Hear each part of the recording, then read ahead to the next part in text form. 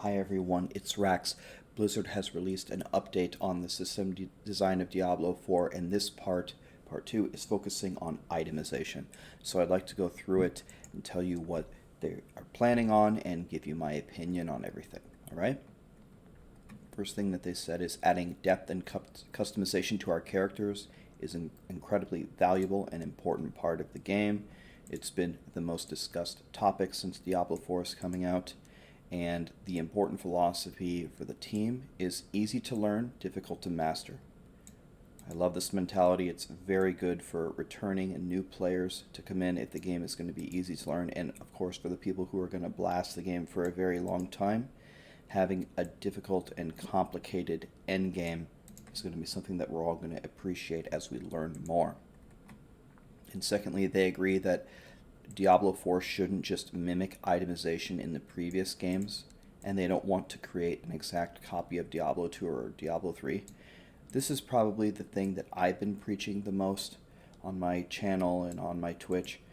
If I wanted to play Diablo 2 or Diablo 3, I would boot up Diablo 2 or Diablo 3.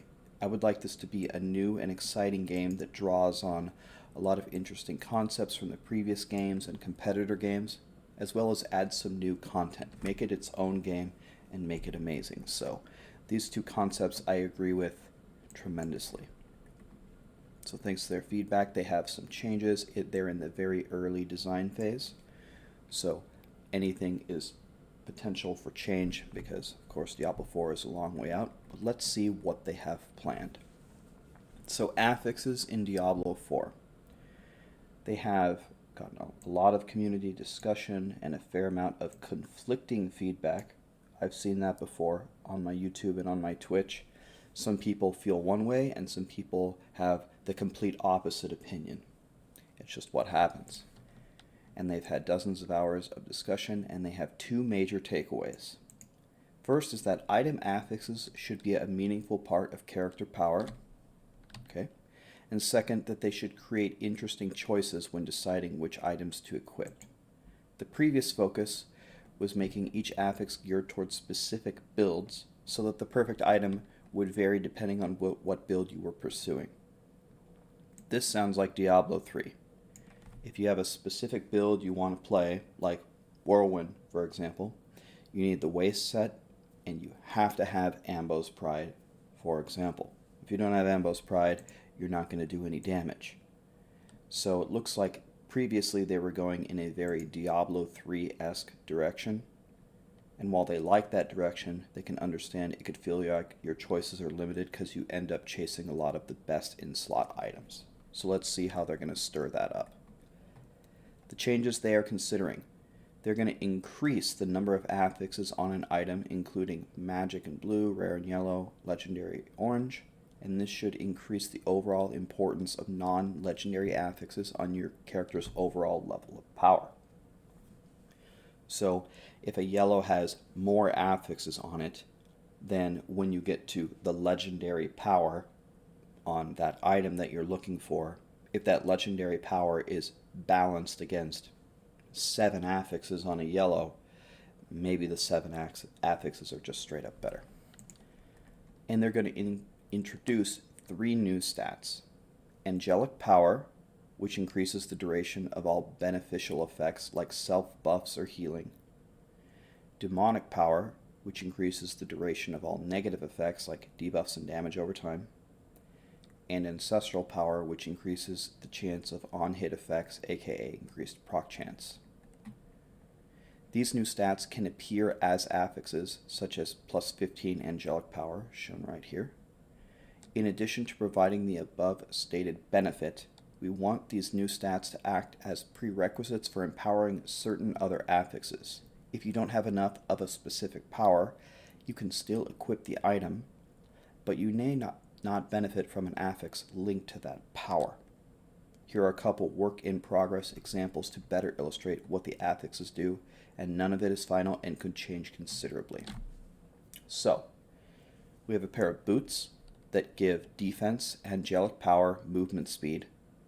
It appears that this character does not have 50 demonic power yet, and is not getting the +1 rank to devastation, but they do have 40 angelic power, so they are getting the 25 cold resist.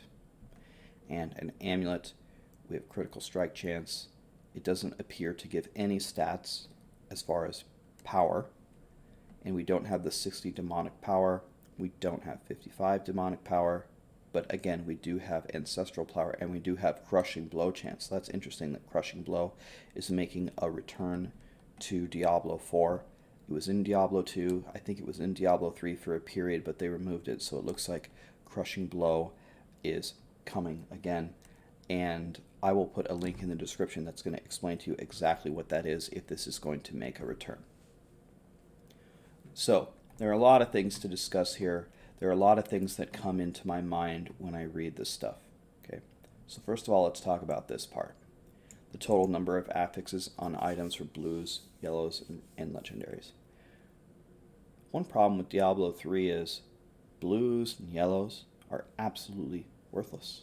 I mean, they're useful when you're leveling up, yes, but really anytime you find any legendary, anytime during the game, blues and yellows become obsolete. You salvage them into crafting materials and you never give them another thought.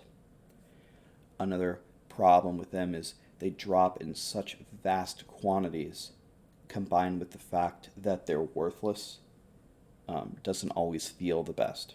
So the fact that they're making an attempt for a lot of the different items that drop to be meaningful, as well as they mentioned in BlizzCon, that loot is not literally going to rain from the sky. We can't be picking up, 100 yellows a minute and have to actually check them all. That's not going to be a fun looting experience, but if we get one here and there and it actually has the potential to be quite good, then I think that is an amazing change for the game. Now let's talk about the powers themselves and not yet talk about how they tie into unlocking affixes, but let's just talk into the powers themselves. One thing that I think is going to be very important for Blizzard, from how I read this, is that the actual powers themselves are balanced, okay? Because they talk about how they're going to give you whatever benefit is stated after this power, and they're also going to work as a prerequisite to unlock certain affixes on items. So when I read these, the one that seems very powerful from empirical evidence from playing Diablo 3, I know Diablo 4 is not going to be a clone of Diablo 3, but let's pretend that it was similar. The one that seems super powerful here is angelic power, mainly because of the self buffs. Because what immediately comes to my mind is, whenever I'm making a build, let's just go back to the Whirlwind build, which everyone is playing right now. The first thing I want to do is I want to make sure that my Wrath of the Berserker is up all the time. So if I need to stack angelic power to keep my Wrath of the Berserker up all the time, that to me seems much more powerful than the other two. And it's similar with other builds. For Tempest Rush Monk, you have to keep up Epiphany, for example. So the first thing that I would ask Blizzard to do is make sure that the actual powers themselves are balanced, because if everyone has to stack angelic power to get their super amazing self buff up all the time, then that's going to feel real bad when a lot of the skills require demonic power, etc., etc. Okay? Now, looking at the items, there's another very important question that I have. This particular example shows affixes that requires demonic and angelic, and here is a demonic, ancestral. My question is can you get an item that has demonic? Is that going to be another layer of RNG that we're always fishing for?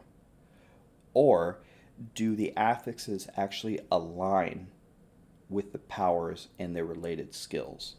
For example, Devastation in this particular item requires demonic power. Anytime I'm going to get +1 rank to Devastation, is it always going to require demonic power? Meaning, is Devastation a debuff or a damage over time? Or can it change? Can these boots require Devastation to go up with demonic and the next one is with angelic?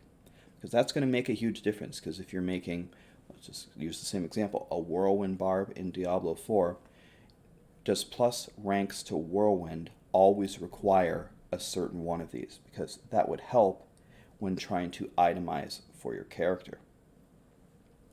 Another question, you can see the kind of person I am. I always have all of these thoughts when I read even the most basic idea. Can you get enough of these powers with endgame items to just essentially unlock every single affix or most of the affixes?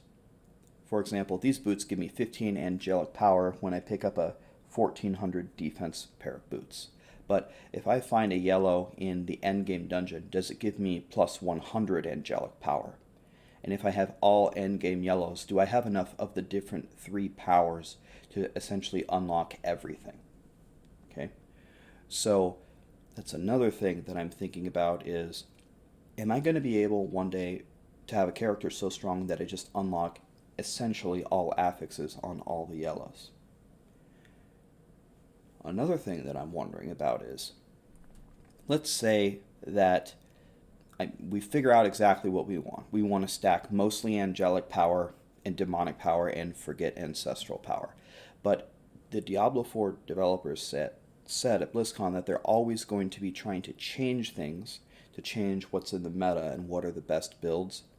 If that's true, if I find this pair of boots that's amazing for my build, that's demonic, demonic, demonic, and I find another pair that's angelic, angelic, angelic, with that in mind, I don't feel comfortable trading or getting rid of this yellow. I probably have to keep it for the one day that angelic becomes the strongest thing. And if I have to do that, then how big of a stash do I have to save all that stuff, okay? So many thoughts come with just this simple little addition to the game. I think it could be very interesting. I think there's going to be a lot of things to theory craft. But until I get more information on exactly how this will work, it's hard for me to determine if this is going to be a great system or if it's going to be just these huge levels of RNG looking for, demonic, demonic, demonic, for example. And I hope that if they go in this direction that they pay very, very close attention to the balancing between the powers themselves and not just with their prerequisites as the unlock item affixes. Okay. Each of the 3 powers will have a list of affixes that are attuned to it, so depending on which stats you care about, you might focus on one or another. Okay, that makes sense. Okay. I think these changes will address 2 main takeaways pretty well. Legendary powers should no longer completely dwarf the strength of your affixes. I mean, one thing that I'm a little bit confused is legendary powers. Didn't they say that this stuff is going to be added to legendaries? So I'm confused. Wait, what? Didn't they say that they're going to be added to legendaries? So don't we just want to get the legendary with the power that we want in addition to all these? Maybe I'm misunderstanding that, but I don't know. It seems like they were going to add the extra affixes to legendaries based on what I read. And the affixes themselves provide more interesting choices because their strength depends on how much of the relative powers you've accumulated with the rest of your gear. That goes back to my question, can we get enough power to unlock them all?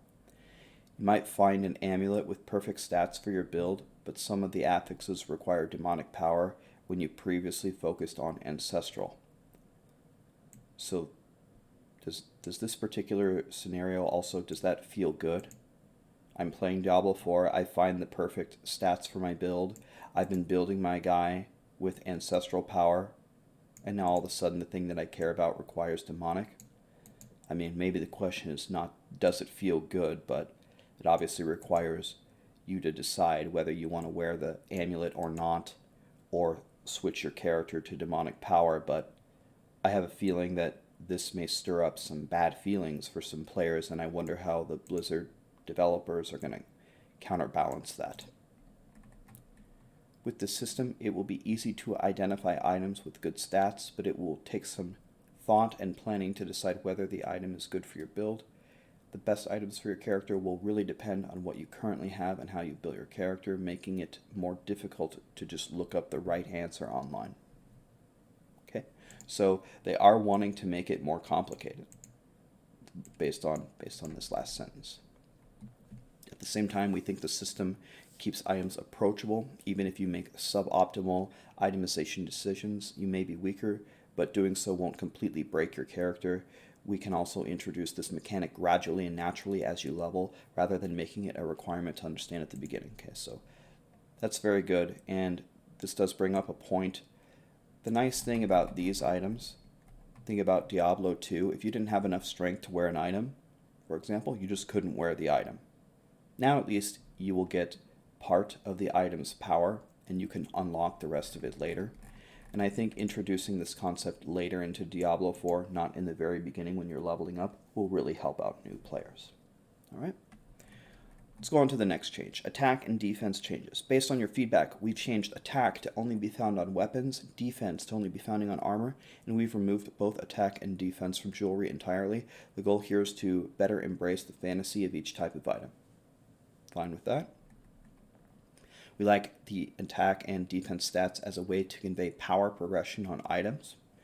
A core part of any ARPG is the quest for more power. Just as we have skill ranks, talent trees, character levels, and so forth, attack and defense allows us to reflect your power growth in items as well. Good with that. To be clear, attack and defense is not the end of the story of an item's power, but it does fulfill the easy-to-learn, difficult-to-master design philosophy by giving players a broad sense of whether the item is an upgrade. Players who are optimizing their character will still need to take additional affixes on an item into account, as their benefit to your build can outweigh the raw attack or defense of an item. Solely picking your items based on attack or defense will almost never be the optimal way to play, but it does provide a good starting point for new players. So when I read this paragraph, I actually think Blizzard has done a good job with this, believe it or not, in Diablo 3. For example, the attack and defense of something is not necessarily how strong an item is. I'll give you an example. Right now, in the meta, the new Heaven's Fury Crusader that was just released, for solos, a lot of Crusaders use Pig Sticker. Pig Sticker is a little dagger with that doesn't have really high-end damage at all. It has very fast attack speed, it rolls a lot of very nice affixes, so it becomes an amazing weapon to use. And I think that's true for a lot of the items in Diablo. A lot of them are based on what they roll: crit hit damage, crit hit chance, attack speed, rather than how much defense the item has. So I think Blizzard has shown that they can do a good job of balancing this, and I have a lot of faith that they'll be able to make a good system in Diablo 4 with this. It's important to reiterate that items are just one part of a character's overall power. Our goal is to spread out power across the different sources, including skill ranks, your character's level, talent trees, items, and the endgame character progression system, which, like everything else, is still in development. This is very good to hear because a lot of the power system currently is your Paragon level, and Paragon level scales infinitely, and it's very rewarding, and it requires you to play absurd amounts of the game if you want to compete at the highest level. As they balance the power across the different sources, it's going to feel much better, really, for all players, even for the diehard Diablo 3 players that are grinding the Paragons. It doesn't feel good to have to play all the time. Ancient Legendary Replacement. In the last post, they mentioned that they were looking at potential changes to ancient items based on the feedback. They're going to remove them. I don't think anyone's going to be sad about that. I don't think anyone was too thrilled about the ancient items in Diablo 3 or them returning in Diablo 4. The newest proposal hits a couple of different feedback points, addressing the usefulness of rare and yellow items. As we mentioned earlier, we don't want yellows to be worthless. They're going to buff them with the additional affixes, and it looks like they're going to do even more for them right now, as well as increasing the depth and complexity of player gear choices in the endgame. We will be introducing a new type of consumable item, which they haven't yet named. This item would be earned by killing monsters, just like other items. It would have one random legendary affix on it, and it only drops in late endgame, and can be used to apply that affix to any non-legendary item. Well, before I even read what it does, I like that this really powerful consumable only drops in late endgame. I'm going to assume that it's not going to be tradable. It's going to give us something to search for and I think that's something that has really been missing from Diablo 3. Diablo 2 you did a great job of it with the super rare legendary items and the high runes. Maybe in early Diablo 2 it was a little bit too hard to find them. I mean, you had to spend your life in running thousands of cows or Pindleskin runs or Bale runs in order to even find one. It doesn't need to be that hard, but I do think we need something to actually be searching for. So let's see what it does. Well, let's see what it means. It's going to create an elective mode for items, that is, experienced players have had time to experience rare and legendary items normally, as well as familiarize themselves with a variety of affixes. And it adds a way to introduce new methods of play without adding even more power to endgame items. And rare items with the best affixes on them are always useful and retaining value. So, one thing that I think about in this game, or with this idea, is let's say you find the legendary power for whatever build you're currently running, let's just say Whirlwind, that you really, really like. +2 to the Whirlwind skill. Okay? One thing that is going to be a choice for players, which is going to be hard to balance for the player themselves, is when do you know that you have a yellow that's good enough to spend on the legendary consumable that you just got? Okay, so you found a pair of yellow boots and they have cold resistance and fire resistance and movement speed and angelic power, and you just found this +2 to Whirlwind consumable. Are these yellow boots good enough for you to spend this very rare, hard to obtain consumable on? And I think some players will feel that they're going to be waiting for the perfect yellow to use it on and will just hoard it based on how rare they are. I mean, if you can find 5 of these a day, then that doesn't matter. But if they're rare and late end game, and I assume there's going to be a lot of legendary affixes, the time that you actually get the one that you really like, it's going to be a hard decision for people whether you're going to actually want to put it on a yellow item. And I think that's going to feel very bad if you put it on a pair of boots and then the very next day you find a much better pair of yellow boots and you're just sitting there like, okay, well, now I feel bad that I used my consumable. So that's one thing that players are going to have to balance, or one thing that when players get to the end game that they're going to have to understand. And it does say late end game, so maybe you're not going to have to make these decisions until you're very familiar with all of the Diablo 4 mechanics. But that's one thing that I think has the potential to really sway some emotions with some of the players. You're always going to be wondering, should I save this for something a little bit better? And of course, you may have this one yellow that you found that you know is absolutely perfect while you're on the hunt for all the other perfect yellows. And once you get the legendary affix that you want, you just slap it on the perfect one if you can actually find it. But then again, remember, the Diablo 4 developers said that one day they're going to change the meta. They're going to change the meta with every season. So I don't know how non-season and season is going to work, but if you socket it on what is currently a perfect yellow item, it may not be perfect at all based on balance changes later on. So just a lot of things that I'm thinking about, trying to think more in depth about how this will actually work. But in general, I think this idea is amazing. I don't know if I know an exact itemization style that uses this system, so this feels like something brand new, and from what I read a little bit up above, it seems like their end game character progression is not fully laid out yet, so this could just be one piece of it. And who knows, yellow still may not be the best, but it at least is making it something that you have to pay attention to and something that could be an end game item for you. I think overall it's good news, and I think in general, as they ask for more feedback at the end, I think it's amazing that they are truly listening to the community. You can tell, because from reading the forums, they are listening to us, and I think in general the direction of Diablo 4 is improving day by day. Well, let me know what you thought of this information in the comments. Again, I will put this link in the description, and I have a resource that will explain to you what Crushing Blow is. I don't know if it will be the same in Diablo 4. I'll put that in the description as well. But yeah, please let me know what you guys thought. I will be here for all of the Diablo 4 updates, and I'm going to play Diablo 4 an unhealthy amount when it releases, and I can't wait. Thank you.